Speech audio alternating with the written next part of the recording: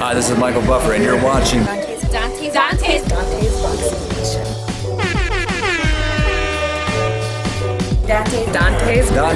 Boxing Nation.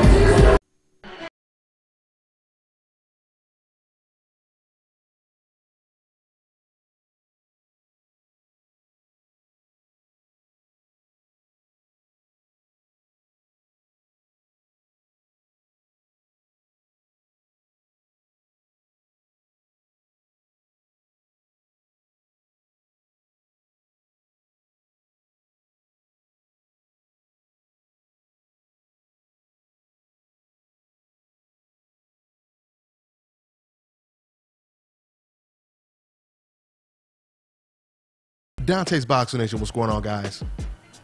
So first things first, of course, congratulations to Conor McGregor. He obliterated and dominated the former lightweight champion Eddie Alvarez to make history, winning 2 belts or holding 2 belts at the same time in the UFC. It was a very impressive, dominant performance. You know, I find it very ironic that fans often compare Conor McGregor to Floyd Mayweather. But when you watch Conor McGregor perform, you can clearly see that he's been inspired by fighters like Floyd Mayweather, Roy Jones Jr. You see how he put his hands behind his back like Roy Jones, which is obviously a Roy Jones move that he made very famous.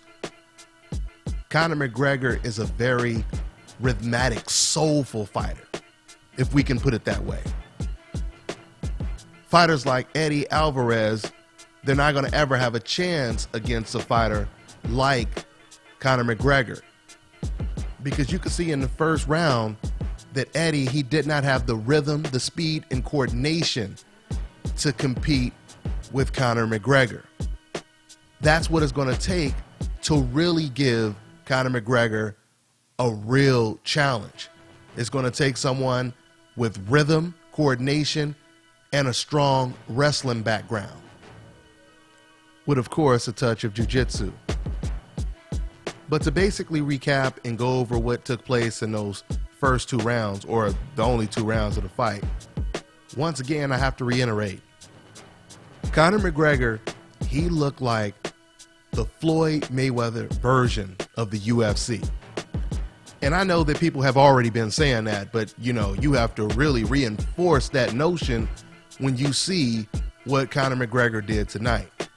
Not only is he inspired, Conor that is, not only is he inspired by Floyd Mayweather inside of the ring, but he's also inspired by Floyd Mayweather outside of the ring as well. I mean, what song did Conor McGregor play as he was walking into the octagon? I Get Money by 50 Cent. We all know that Conor, he talks a lot of shit and he backs it up just like Floyd Mayweather does. He's now winning championship belts in multiple weight classes like Floyd Mayweather did. He's taking pictures of him with stacks of money. When he talks, when he promotes fights, half of the stuff he's talking about when he's promoting a fight is money. Even when he's trying to clown his opponent, he's talking about money, as opposed to just talking about his opponent directly. So there's no doubt about it, he's the Floyd Mayweather of the UFC. That's what he wants to be, at least. And that's not a bad thing at all, because it's working for him. The fans, they love him over there in the UFC. So, you know, him trying to be Floyd Mayweather, it is definitely working for him. He is a very talented fighter.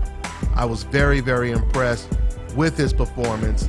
Once again, going back to the similarities and the parallels of a Floyd Mayweather or a Roy Jones Jr., when you watch how this fight played out, notice how Conor McGregor was so relaxed and he was able to just pot shot Eddie Alvarez the entire night with that left hand. It was surprising that Conor McGregor, he moved up in weight and he looked bigger than Eddie Alvarez as well. And you know, Conor is really a student of the game, because just like he said before the fight and after the fight, he said, you know, in order for you to compete with me, you're going to have some type of reach, you know, some type of height. You're going to have some additional attributes. You come in there, my height, my size, and I'm going to, you know, basically box circles around you. And I'm paraphrasing because that's pretty much what he did. He boxed circles around Eddie Alvarez and then knocked him out. I mean, he made Eddie Alvarez look like a flat-footed Antonio Margarito. He made him look like a Brandon Rios or something, while he was looking all flashy, looking like, once again, like Roy Jones or Floyd Mayweather.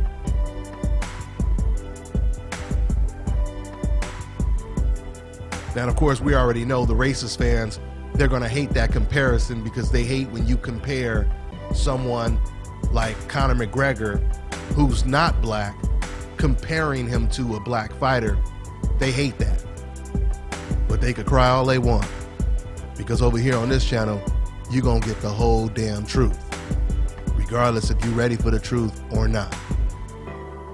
So, you know, once again, very, very impressive performance.